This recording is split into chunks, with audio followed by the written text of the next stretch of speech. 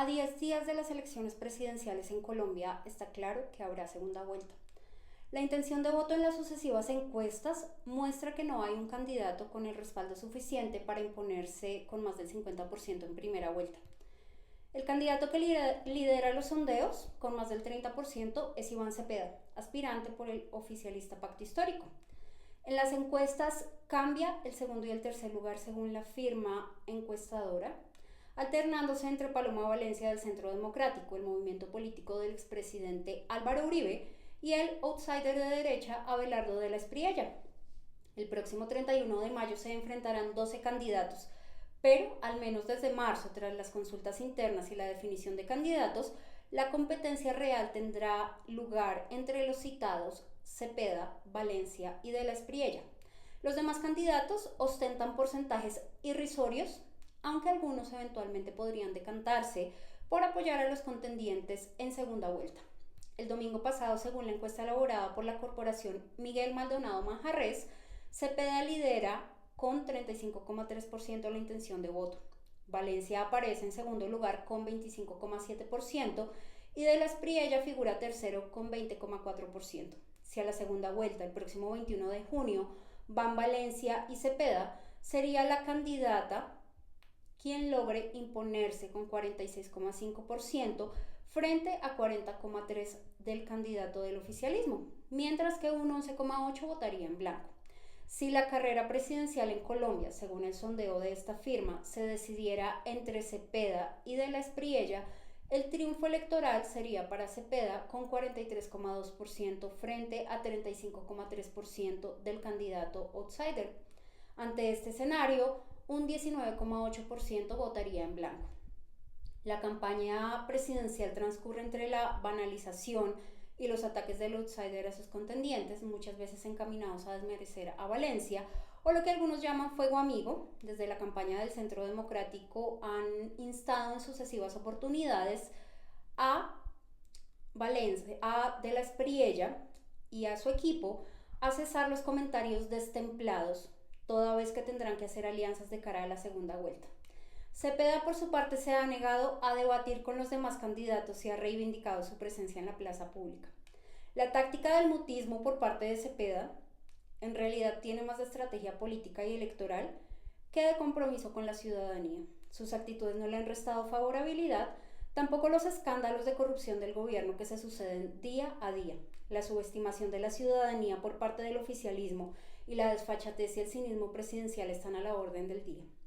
Iván Cepeda, como indica el portal colombiano La Silla Vacía, ha abrazado las medidas populares y populistas del gobierno Petro, entre ellas el aumento del salario mínimo y la mejora del sueldo de policías y soldados.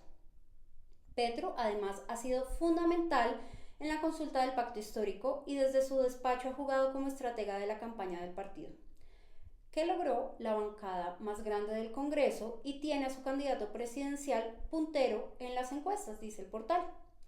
Por su parte, el mandatario colombiano ha difundido en redes al comienzo de esta semana una encuesta publicada por el Centro Estratégico Latinoamericano de Geopolítica, un think tank de pensamiento de izquierda cercano al chavismo y que genera escepticismo entre los observadores de la política colombiana.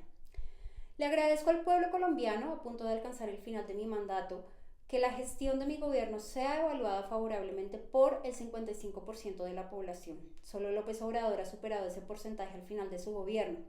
Me retiro agradecido y reconocido. Hay que profundizar y continuar el proyecto humano y progresista que hemos desarrollado, escribió el presidente. Cepeda ha prometido la continuidad del proyecto y profundizar en el mismo. La amenaza constituyente campea ante su eventual triunfo. ¿Cómo explicar que el oficialismo haya obtenido mayoría en el legislativo y que los cuestionamientos y escándalos del gobierno Petro no afecten a su candidato Cepeda? La simbología de la inclusión utilizada por Petro funciona. El alza del salario mínimo ha funcionado, indicaba Gustavo Duncan, investigador y profesor de la Universidad EAFIT, tras las elecciones legislativas de marzo. El pacto histórico ha polarizado al país, agitando durante 4 años la lucha de clases. Ha sido muy hábil al instrumentalizar a los sectores populares bajo la lógica de la inclusión, y el anuncio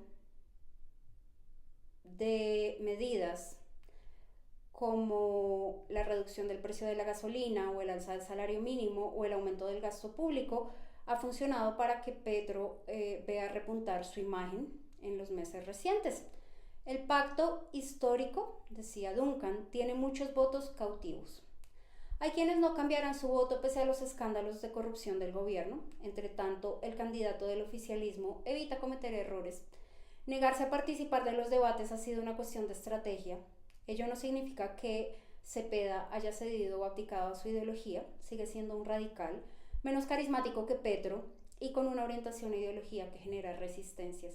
Cepeda no es símbolo de moderación y su elección de vicepresidenta, es beligerante.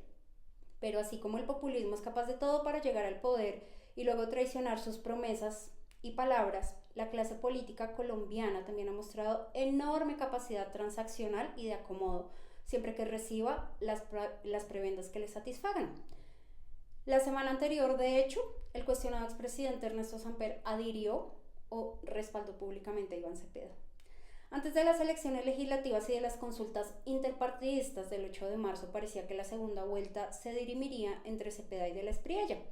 Hoy no está tan claro, Valencia está dando la pelea e incluso aparece como la candidata con mayor probabilidad de derrotar a Cepeda en segunda vuelta.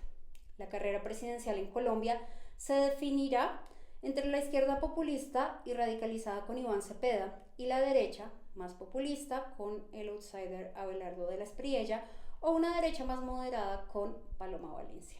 Los colombianos, que muchas veces se han decantado por el sentido común, tienen y tendrán la última palabra. Habrá que ver si el país opta por el continuismo en una versión todavía más radical o apuesta por el cambio, la recuperación de la seguridad interna tras el nefasto y fallido experimento de la paz total, así como la búsqueda de soluciones a la crisis de la salud y la vuelta al pragmatismo en la política exterior.